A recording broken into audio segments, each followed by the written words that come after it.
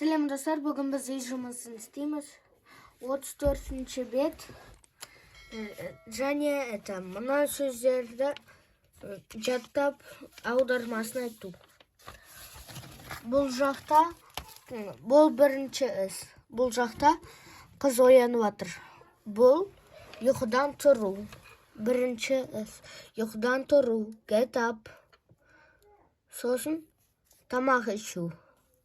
Have breakfast. Тамақ ішу. Таңғы ас ішу. Get up. Қайталаш. Get up. Ұйқыдан тұру. Содан кейін бізде have breakfast. Таңғы ас ішу. Go to school. Мектепке бару. Come home from school. Мектептен үйге келу.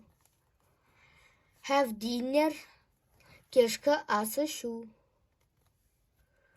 Содан кейін do my homework.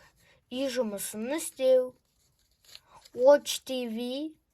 Теледидар көру.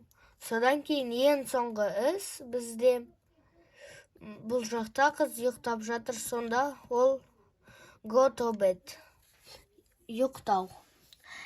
Сау болыңыз достар.